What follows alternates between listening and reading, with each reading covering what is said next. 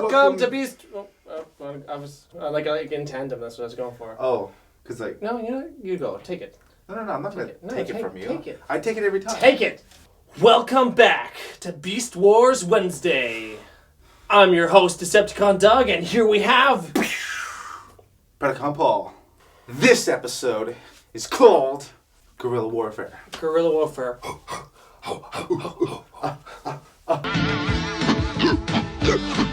Actually, can I just say that this is the first time I heard the term guerrilla warfare? When I was a kid, I never heard guerrilla soldiers or anything like that. That was Really? So I had to ask about it before I found out that it was actually a play on words. How old were you? I was 10. I just, I didn't grow up in the jungles of... Vietnam? But here's the thing. Yeah. I mean, I learned about guerrilla warfare when I was in like grade 5. Grade 5 is about the same age. Oh, okay. Okay, so this episode starts. Optimus Primal and Dinobot are exploring the countryside. Dinobot is rather upset because he feels that their time would be better suited towards devising battle strategies as opposed to looking at and taking in the scenery. Mm-hmm. And Optimus is like, come on, dude, don't be such a Predacon. How about you just cool your jets? And then Dinobot's like, whatever. The little plant that they're looking at shoots a little seed, and it hits Dinobot right in the back of the neck. He's like, ah! Optimus takes off. He's like, hey, there you go. Look at that. We got our Chekhov's gun. Now Scorponok appears. He's like, hey, I've given my position away. People do that a lot in Beast Wars. Yeah. They just, right before the attack, they're like, hey, guess what? I'm about to attack. Scorponok battles with Dinobot and Optimus. He pins Dinobot under a rock. Optimus kind Accidentally. Probably. He didn't mean to do that. He didn't put the rock up there and go, he's going to hide behind that rock. Scorponok was standing there going, at 60 frames per second.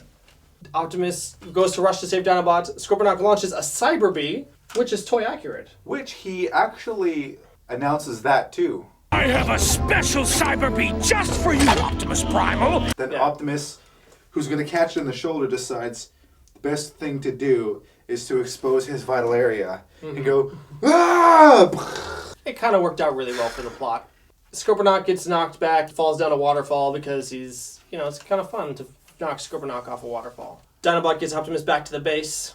They do a diagnostic and they find out that the Cyberbee is linked into his vital circuits. They take it off, he's dead. Not to mention that it'll explode. Yeah, Dinobot concludes that because he's familiar with Scorponok and his work, this Cyberbee is designed to turn Optimus into a coward and lead them into defeat. They were kind of wrong. Optimus breaks out of the CR chamber and he is pissed. He just starts shooting everything. And then they decide, okay, here's what we're going to do. We're going to put you into a holding cell. They take his weapons away, and they try to figure out what they're going to do with Optimus. Meanwhile, the Cyberbee is killing him slowly. See, the Cyberbee is on a timer. And we get a good expository scene where Megatron decides to monologue to himself. Here's the plan. Maximals are going to be defeated. The Cyberbee is going to kill him. Yeah. Because they're going to do this, and he's laying it all out. And the whole time we get Scorponok's just like, yeah, we've talked, yeah. I just like hearing Megatron talk. Scorponok's Cyberbee was actually supposed to turn him into a coward. But, as Dinobot points out, Scorponok is notoriously incompetent. And so it just has the opposite effect. I would have never even thought of Scorponok as an inventor. I feel like putting him in a lab is just like asking an infant to play with Lego and build a castle. Optimus convinces Cheetor to let him out and then invite him into the bridge where everyone's having a meeting over what to do. And Optimus is like, I'm okay, guys. I'm okay. I'm not okay! They're shooting everything! What were you thinking? What were you thinking, Cheetor? And Cheetor's like... And then Big Bot flies the hell out of there, straight towards the Predacon base. In an interesting twist, you've got Dinobot going, okay, here's what we need to do. We need to negotiate. We all gotta think a little more like Optimus. So Cheetor calls up the Predacon base. He's like, hey, so you really messed up your plan. Now Optimus is really mad and he's gonna come there and beat you all up. And Megatron's like, well, guess what? We're gonna beat him up in return. Optimus shows up at the base, puts 3 giant holes in the side, and then starts marching around and taking them out one by one. He takes out Tarantulas in a scene. It was actually edited out in the American version. I don't know why the Canadians, apparently we don't have as many. You can't say wars in the title. But you can show Tarantulas getting impaled by his own weapon. This blade that he shoots out of that little gun of his is massive. and Tarantulas catches it in the stomach, and it gets impaled on the wall. That's gruesome. But yeah. you can't say war is in the title. No, that's inappropriate. Bam. He takes out Wasp in air with relative ease. The Maximals decide to attack the Predacon base to thin out their numbers, so Pterosaur and Black Arachnia go to take care of the other Maximals, which leaves only Megatron and Scorponok left to deal with Optimus. Optimus gets to Scorponok's lab. He apparently knew where the antivirus was supposed to be. He looks at the table, looking at it like it's the only table that would ever hold the antivirus. And then he starts to die, and then Megatron is like, it's time for me to monologue again. Yeah. Guess what? I win. Tra-la-la-la-la. Yeah, marches up to him, is like, yes. Thinking he's got Optimus over a barrel, and Optimus is like, the hell with this. He takes off the Cyberbee. And he throws does the it. what? He takes off his Chekhov's gun, and he throws it onto the back of Megatron's neck, just like the flower. Megatron's like, oh! The antivirus flies out of his hand. Cheetor jumps in, grabs it, and gives Optimus the antivirus. And they're like, well, the thing's going to blow up, so let's get out of here. Because Optimus is not going to die anymore. Massive explosion. I'm Yeah. surprised there was even anything left of the base. And then Optimus gets home. He wakes up from a nap. Dinobot is by his side. And Dinobot's like, oh, hey, welcome back. And Optimus is like, so you're watching over, are you? And Dinobot's like, it's my shift. Caresses his little robot cheek. Gives a boops his While little flicking robot his hand. tongue. And then the episode's over and everyone's happy. What worked for you? I think the best part about this episode has got to be the relationship between Dinobot and Optimus and how they kind of turn that one on its head. They basically switch places. It's a chance for them to be in each other's boots, you know? Dinobot has to stop and recognize what it is that Optimus brings to the team. For the longest time, Dinobot was like, I should be a leader, I should be a leader. Now Optimus is actually out of commission. He's like, okay, well, Optimus was actually a really great leader and he knew how to lead these guys. I need to try and think like him. And then he realizes all too quickly that only Optimus can truly think like Optimus. It's not that easy. For me, that really, really worked too, especially at the beginning of the episode. Like, there's like a good 5 minutes at the beginning where they really expand through conversation the ideological differences that Dinobot and Optimus have. And you see it throughout the series up until this point. They brush over the topic, like, we need to act now, and Optimus is like, we need to think. Or vice versa in Fallen Comrades, you know, we need to go now, and Dinobot's like, no, we have to think. In this episode, it's the two of them out, and we're really exploring the relationship through something as simple as having a conversation over whether reconnaissance is the best possible use of their time. Something as simple as looking at a flower and learning from it. And Dinobot's like frustrated and he just wants to go kill something. And Optimus is just trying to drill into his head that there's other ways of doing things, especially when Optimus wants to see the flower. Dinobot's like, oh, well, I'll just blast it then. And then he's like, no, stop thinking like a Predacon. Then he like removes the thing and off goes the rock. He's like, there's ways of dealing with things that don't require blowing shit up. And in an episode that's, 20 minutes long? Yeah. That's a quarter of the episode devoted to the two of them having this discussion. Now, when you're a kid, that's a lot of time. I mean, this episode felt like it just whizzed right by. It's pretty brisk, but it doesn't feel like we're cheated of anything. No, absolutely not. In fact, it feels like a nice full episode. It also kind of capitalizes a bit on the relationship between Cheetor and Optimus. Optimus is very much a father figure for Cheetor, and I think that he becomes a little bit more independent in this episode as well. Like, he also has to start thinking a little bit more like Optimus. It's a different dynamic, the way that Dinobot has to shift. Cheetor also has to kind of like mature because he makes a few bad calls early on, but at the end of the day, it actually was Cheetor's intuition that came in handy. There's a great moment where Dinobot and Cheetor are putting their heads together, and he's like, okay, perhaps rushing headlong into battle is not the right call. We need to think like Optimus. So they both come up with this plan to tell the Preds that he's on his way, so you better watch it, so you better give us the thing, right? As if that's going to force their hand, right? Yeah. And then Megatron lets them know, thank you for warning me. And then they both have this realization at the same time, like, oh man, we just tipped him off. Like, what did you think was going to happen? There's no way, like, knowing Megatron, that Megatron's going to go like, uh-oh. You're right. Optimus is coming.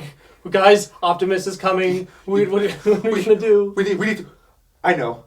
Let's give him the antidote. That'll do the trick. Okay, that might be a little out of Megatron's character. Yeah. Megatron actually is so true to his character in this episode. There's just his response of like, any renegade Maximal who comes to our base will be destroyed. Like, arrogance, and then anger at Scorponok for screwing this plan up, and then he kicks him in the face. Yeah. Like, Scorponok sees it coming. He sees his eyes go as this massive Tyrannosaurus foot's right here, and then whack! Megatron monologuing all the time. Megatron is just so Megatron in this episode. Yeah. It's great. Wonderfully Megatron. So I think that's where this episode really succeeds, is just all the characters and their development. Like, some of the characters are kind of sidelined, but everyone gets a little bit of screen time. Except Tigatron, it's his sick day again. Yeah, Cheetos thinks on his feet. It's actually his intuition that led them to victory. He knew to go in and try and counterattack the Predacons and go in there to save Optimus. And this is something that will sort of come up a little bit later in the show, is that Cheetor is very immature right now, but he does have the instincts of a leader. There's potential in there. Yeah, I would say if we were to compare him to like another Transformers character, I would say he's more Hot Rod. It's actually, you know what? Very comparable. Very impulsive right now. He doesn't have a lot of experience behind him, but, you know, maybe he's destined for greatness. Maybe Cheetor is going to become Cheetor Prime. Cheetah's Prime? Cheetahmus Prime? Cheetahmus? You got the touch! Although, keep in mind, Optimus Primal isn't a Prime. He's actually just a captain of a ship. But why is his name Prime? It's not, it's Primal. You learn something new every day. He's just a starship captain. But what a captain. Things we liked, I think that there's a lot of cool suspense and a lot of cool imagery in Optimus Primal breaking into the Predacon base. All like the lights, the way his body's like reflecting the red and the blue and yeah, totally. all that and all the horror film imagery as he's like marching through the base and Waspinator's like, Waspinator, get him! Or say, Waspinator, get him! yeah. He gets really tough and then all of a sudden he's like, oh no, I don't think I can do this. You see him like, I've done this before and I've lost. he just like panics. Like, you really get to see just how much restraint Optimus shows when he's in his right mind. Because when he goes up against Tarantulas, and Tarantulas is dangerous, Tarantulas gets the drop on him, yeah, and then you see this thing flying, and you think, oh god, that's going to hit him. And he just goes, tunk. Should we go with a dramatic reenactment? I think so. Okay.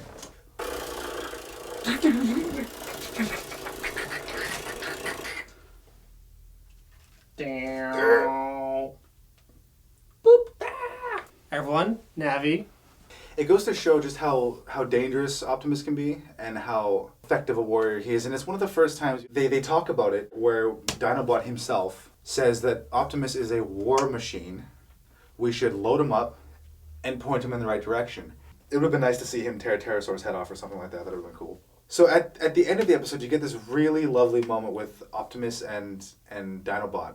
Mm-hmm. And you really get to see, from at least Dinobot's perspective, that he's starting to appreciate Optimus's line of thinking. Dinobot's never going to be fully turned. He's a Predacon at heart. In this particular story arc, with their conflicting ideologies, Optimus wins this episode. I mean, maybe. I mean, at the end of the day, it was the frontal attack that worked. That's the thing, actually. It's both of their ideologies mixing together that actually came out on top, without them even really planning it that way. Attack, but also use your surroundings to your advantage. So, which is a huge testament to Maximals and their adaptability. And Predacons, they just they trip over their own feet so hardcore. Tarantulas gave it his best. We could say Tarantulas did his job just fine, but man, Waspinator didn't stand a chance. No, he didn't. Personally, I wasn't a big fan of, and it's just a detail, but it's just one of those things where, again, at the very end, the Cyberbee explodes right in Megatron and Scorponok's face. And something about that seems like they should have just vaporized by the explosion. And just, I get it, it sort of has this, like, comedic quality. It's like oh no, we're going to blow up. But it does kind of give this an episode of the week kind of feel to it, At the end of the day, the reset button is pressed, and then everyone's fine by the next episode. And it's just one of those little details where it's like, you know what, they could have done something so that it seemed a little more believable that they'd survive that explosion. I get it, they're in their base so they can be quickly shipped over to the CR tank. But it was the same complaint you had when Pterosaur scrapped Megatron almost completely in the power surge. At the end of the day, they're fine, even though they just had the Cyberbee explode in their face. Why are they okay, and if it happened in the Maximal base, they wouldn't be okay? Yeah, straight up. Took the words right out of my head. Now, the thing about that explosion was it was unnecessarily large. I think it's true. Just put it out there. They could have had like a nice little hole being blown out the side of the base instead of this massive titanic Yeah. explosion. It looks like the whole base should have gone like collapsed in on of itself from that explosion. We're gonna have to give this episode 4 Cyberbees. Considering that the actual story itself doesn't really affect the overall arc, it's really good as a character episode. And that's almost as important as like story development. Nailed it again. Here's a shout out real quick to Samantha and Logan, our biggest fans ever. Hey guys, thanks so much for watching. I'm so glad you like the show. You can always count on your likes. Yes, we can. I want to give a shout out to Dr. Souls, another YouTube channel. Yeah. He's buying old Beast Wars toys and he's unboxing them. You know, because we're all part of a big YouTube community, we just want to give a shout out. Maybe we'll put the link down in the description below if you want to check out his channel. He seems to love the show. I like his voice. Oh yeah, I know he's got this nice sort He's of got that, like, I don't very know. like, hey everybody, I'm How's it here to unbox this Today I'm toy. going to unbox it, yeah. So It's pretty awesome. we've been watching his show and we hope you check it out. If you just want to see a grown man unbox toys, that's where you go. Do you have any gripes about the episode? Do you agree with our rating system? Yeah, if there's anything you feel like we missed, criminally we missed it, please let us know. If you like our episode of Beast Wars Wednesday, please give us a thumbs up.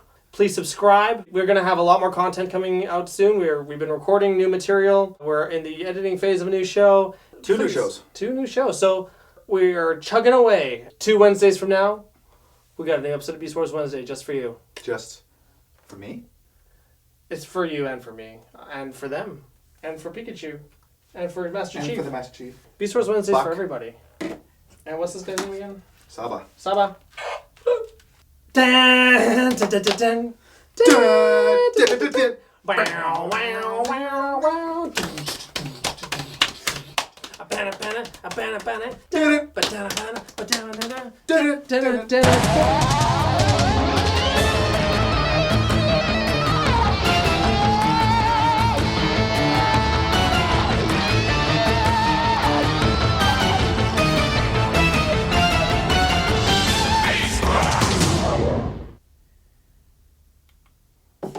Okay.